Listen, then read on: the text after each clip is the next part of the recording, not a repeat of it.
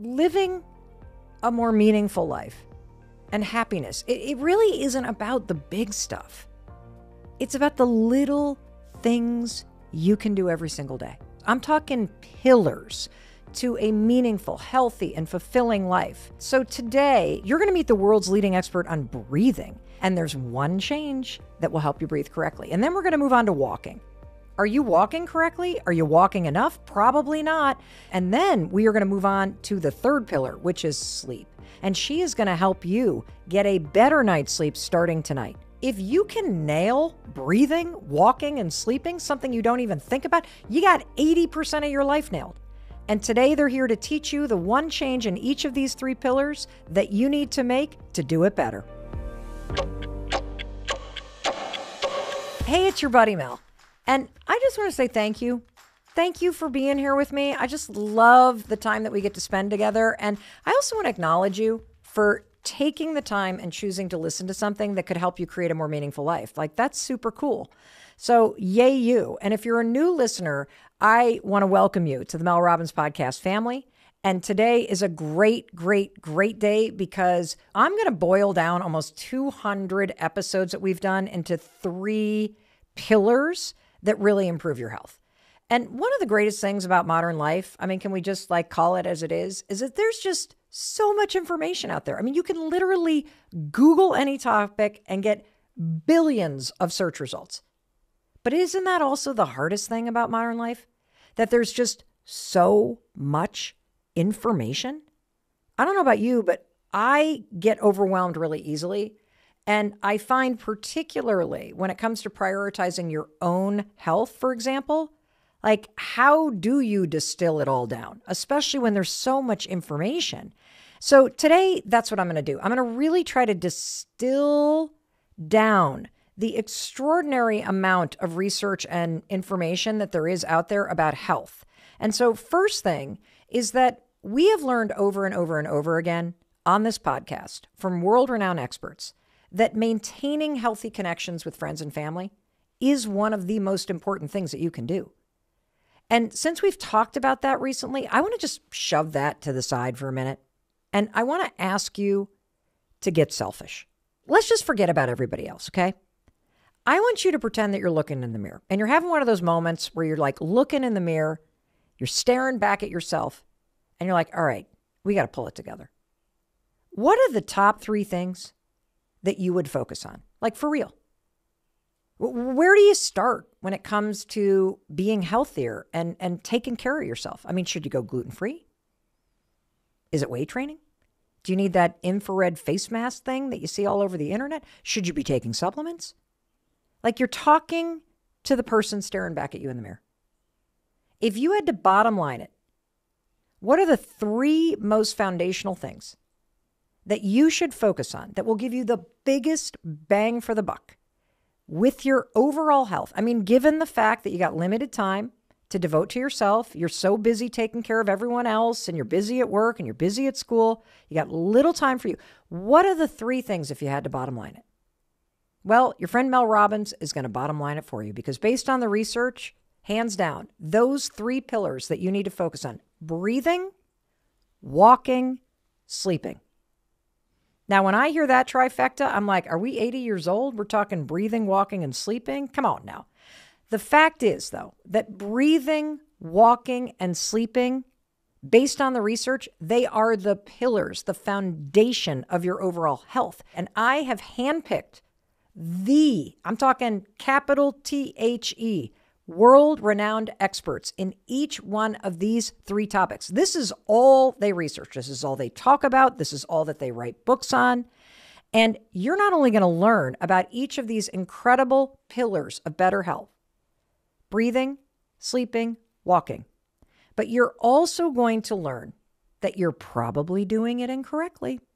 And there are simple changes based on their research and expertise that will help you leverage the power of breathing, walking, and sleeping for your overall health. How cool is that? It doesn't matter how old or young you are. These are changes you're going to make today. You're going to look at that person in the mirror. You're going to be like, we are going to be doing this correctly from now on. In fact, I am going to forward this episode to my children. They are 25, 23, and 19 years old because you're going to learn that you're breathing wrong. And guess what? My kids are breathing wrong too. So let's start right there. Let's start with breathing. I mean, you know you need to breathe. The second you stop breathing, you die. But I don't think you've ever stopped to consider whether or not you're breathing correctly, whether or not you're doing it as a way to feel better while you're alive. I cannot wait for you to meet Patrick McKeown, who taught me when he first appeared on the Mel Robbins podcast over a year ago that, Mel Robbins, you are breathing incorrectly. I am what researchers call a mouth breather. Well, apparently mouth breathing is a major no-no. And, you know, I don't even need to be sitting with you. I can tell you're holding your breath right now because now you're thinking about your breathing, right? And so as I'm talking about breathing, you're like, am I even breathing? Oh my God, I'm not breathing. Let's change that. Because maybe like I am, maybe you're breathing incorrectly, which is you're always breathing in and out of your mouth. I don't do that anymore. And neither are you. Patrick McKeown will make you close your mouth and open your eyes to a whole new way of breathing. Patrick McKeown is a breathing expert and a fellow of the Royal Society of Biology in the UK. His research is so widely regarded, I don't have time to tell you all the citations and academic stuff. But he is an international best-selling author, all on the science of breathing. Who knew there was so much information about breathing? Patrick's specialized breathing techniques are used by Olympic athletes, top business executives, and the lead singer of Coldplay. Hey now, I want to learn that. And his work with elite military personnel, Patrick teaches snipers how to change mental states and keep a steady hand simply through their breathing. And today, he's here to teach you how to use your breath to stay grounded and relaxed in your day-to-day life by simply breathing the right way. Now, when he first came on the show, he was like, Mel Robbins, you're a mouth breather, and I'm no longer a mouth breather. I'm a nose breather, and you want to be a nose breather because breathing through your nose makes you less stressed, it keeps you calmer, it boosts your overall health. But I'm going to let Patrick McKeown explain why mouth breathing is so bad for you. And one other thing, he not only makes you feel smarter, he's so fabulous to listen to. Wait till you hear his accent. And here's what he said when I asked him the opening question. So Patrick, when it comes to breathing, what are we doing wrong? If you breathe through your mouth, what part of the body moves? So if you look down at your chest, and if you take a breath through the mouth, okay, and as you breathe through the mouth, you'll notice that your breathing is faster and your breathing is more upper chest. Yes, I can't get it down. Like I feel like it stays tight, like just under my boobs. You know, it's like right in there. So, and then we have to ask, well, what effect does that have on the physiology? Well, mouth breathing, faster breathing, and upper chest breathing is activating a greater fight or flight response. So how should we be breathing? Our breathing should be in and out through the nose. When you breathe through your nose continuously, oxygen uptake in the blood increases by nearly 10%. When you breathe through your nose during physical exercise, the gas carbon dioxide is higher in the blood. When carbon dioxide increases and blood pH drops, the red blood cells release oxygen more readily to the tissues and organs. So if you, during rest or during physical exercise, breathe in and out through your nose, you're going to increase not only oxygen uptake, but also oxygen delivery to the working muscles and tissues and organs, including the brain. You know, we can influence the blood flow to the brain by changing our breathing patterns. And it's not about taking the full big breath. My own personal journey was having asthma. I was a mouth breather for years because if we have inflammation in the lungs, that same inflammation will travel up to your nose. And when your nose is stuffy, you're 2 to 3 times more likely to have a sleep problem, to snore, to have obstructive sleep apnea. And of course, this then is affecting your mental health. This is affecting your concentration. This is affecting your attention span. So Mel, this is a topic that doesn't even come top of the list. In actual fact, it doesn't even come on the list. And in the last few years, we've started to see a greater awareness of breathing. And probably because it's too simple. But at the same time, breathing is not that simple. This is the importance of breathing and the importance of knowing how to breathe right. If, for example, we are breathing the way you described during the introduction. And that's kind of the acute panic attack. But say, for example, somebody who's just breathing a little bit faster, Yep. a little bit harder, upper chest breathing, irregular breathing patterns. And that's present in a minimum of 10% of the general population, but up to 75% of the anxiety and panic disorder population. So Wow. 75% of the population with anxiety and panic disorder have dysfunctional breathing. It's not just that stress levels change our breathing. Of course, when we are stressed, our breathing changes, but our everyday breathing is feeding into our stress levels. Who doesn't want to be more resilient? And the other thing about stress is when we have a lot of mind activity, it's impossible to do mindfulness. We have to be absolutely, we have to think of this ourselves. The next time that we're having a really bad day, and there's a lot of thoughts going through our minds, and I don't suffer from anxiety, but of course, things happen. That's the way it is as human beings. I can change my breathing patterns without having to be so aware of my breath to help to bring the body and mind into balance. And that's the thing about breathing. So coming back to oxygen delivery and blood flow, if, for example, even getting to the working muscles, if there's insufficient oxygen getting to the working muscles, well, we're more prone to fatigue. In terms of the brain I spoke about. So, like, we have 50,000 miles of blood vessels throughout the human body, and our breathing is influencing how dilated or not are they. And people with poorer breathing are more likely to have cold hands and cold feet.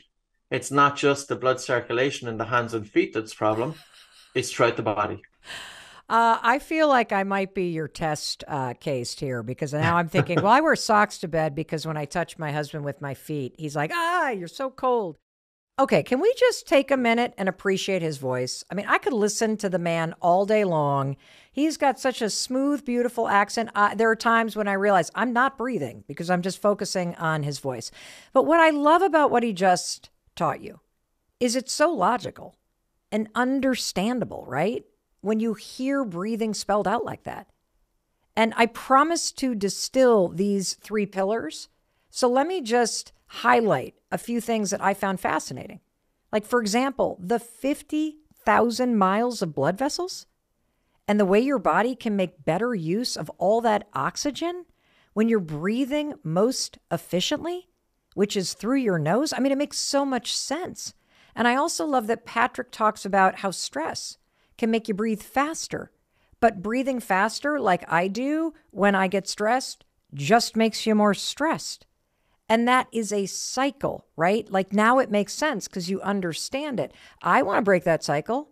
Like, why on earth, when I get stressed, do I want to just default into a dumb way of breathing when I can use what he just taught us based on the research to lower my stress simply through my breathing? But I couldn't just let him give you the science and not the solution. So I asked Patrick to take you from breathing in a dysfunctional way to breathing in a more functional way, to make breathing a pillar for better health. And so here he is. He's going to give you very quick and effective breathing exercises that you're going to do right now. These are amazing, relaxing techniques that you're about to learn from a world-class expert. Here's Patrick. So the first exercise, Mel, that I would like you to do when the mind is racing and you're not feeling informed of focusing on your breathing, simply hold your breath in an exhalation. Take a normal breath in through your nose and out through your nose, and pinch your nose and hold for 5, 4, 3, 2, 1. Let go.